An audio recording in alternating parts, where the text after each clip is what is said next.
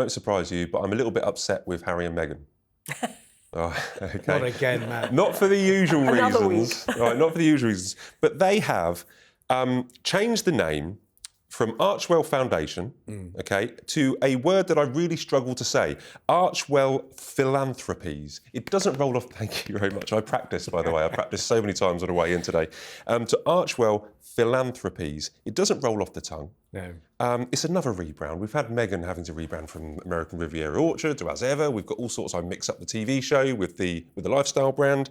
What does this mean, Archewell Philanthropies? Where are they going with this? Well, I'm sure Harry didn't choose that title because he couldn't even spell it, let alone know what it is. Harsh. Harsh but true. So I don't know. You know, the most important thing about branding, and, you know, I'm in PR, allegedly, is you get a brand, you stick to it, so it's embedded in people's psyche, not change it every 2 minutes. So I don't know whose advice that they're taking, but it wouldn't be the advice that I would give.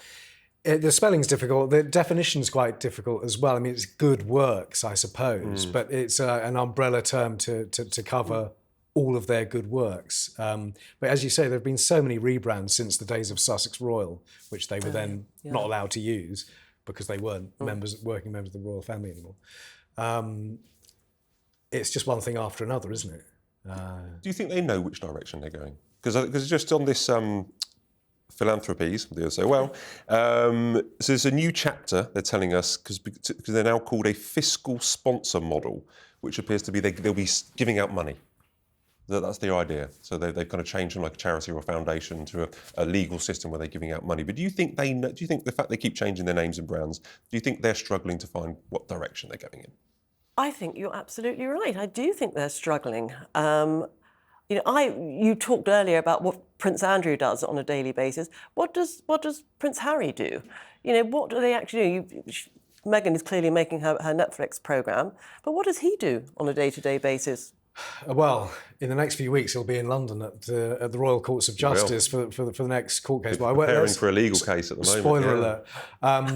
But that's, you know, the third big one he's had against a newspaper group. When he was here in September and he did those 4 days of engagements, we saw classic Harry back in the saddle, doing what he's great at, and it was a real blast from the past. Going back to California, I always think about the Netflix contract, the multi-zillion-dollar Netflix contract. They are going to want, you know, there's only so many polo documentaries and cake decoration documentaries they're going to accept. Sooner or later, they're going to want something royal. And Harry said he won't do any more, but watch this space. Who knows? There is potential for 2027 Princess Diana documentary. So there has been talks in the background. We've reported it in the past that it's a potential idea, and that's because that'll be the 40th anniversary. My maths are bad. Yeah. 30th, 40th. Yeah. 30th anniversary of the death of Princess Diana. That he could fall upon. Yeah. I can't see William wanting to take part in anything like that. No, and also, in fairness, both boys have said so often, this is the last time we're going to talk about it. So if there's going to be another documentary on the 30th anniversary, that'll be the last time they talk about it there. I mean, there is new stuff to consider about Diana's final years and what we now know about the Panorama interview and so on. And by the way, everything that Harry's done and William have done since stems from that and how Diana was treated and how their wives are treated. So you always have to see it in that sort of prism, I think. But that would be what Netflix would want. Oh, yeah, absolutely.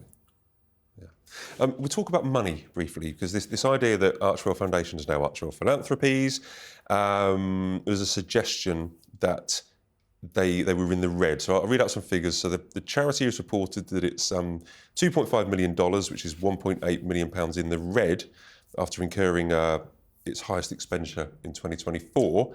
But Archewell claim that it was a year of significant programme investment for Archewell Foundation after a period of strong fundraising reserve building, so they haven't lost money. They're just using funds, previously raised funds for intended purpose. Quite confusing, but is money an issue, do you think, out there with Archewell and Harry and Meghan? It doesn't sound very good to me. I'm no mathematician at all, but it sounds like PR gobbledygook, if I'm absolutely honest. Maybe it's the way I delivered it. And you're the expert. It does sound very confusing. And of course, going back to branding, they rely on their brand to actually get the money in. And if the brand is constantly switching, I can see revenue dropping. I don't know. I mean, with Spotify and Netflix and the various business ventures, it is confusing with the numbers. Yeah, pick a number. Well, we'll find out when we see what they're doing in the coming year. That will be your answer. What sort of projects they agree to, and whether they are becoming of the Duke and Duchess of Sussex. What philanthropic endeavours that they decide to invest in. Duke and Duchess of Sussex also released their Christmas card photo. I quite liked it. Simon? I'm so fed up with pictures of where you can't see the faces of kids. I know they're not the only people who do it, but I've had enough. I don't get it. I either show them or don't. Yeah, I agree with you. But it's. I thought there was nothing objectionable about it at all. But it's very much sort of standard royal family Christmas cards. Is that right? Because most of the Christmas cards this year, if you think about William and Catherine's, were taken from earlier in the year. The King and Queen were taken from in sunnier climes. They don't really feel very festive. But that's tradition, and I've kept many cards that the late Queen gave to me, and it's normally a photograph from a significant engagement or event that happened, during the year, whether it's Trooping the Colour or an anniversary. So it's never been, certainly in my time, actually a sort of Christmassy, cheesy, schmaltzy, tinsely card. Yeah. So nothing would ever be so trashy that they're sat there with Santa or sat there with a big snowy backdrop and reindeer. I'd pay to see that. One of the best ones when William and Harry were much younger was with Charles. So it must have been after Charles and Diana had split. But he's in the garden at Highgrove, and Charles is on a bench, and either side there are two huge terracotta urns, and the boys are in each of those. That was a favourite one.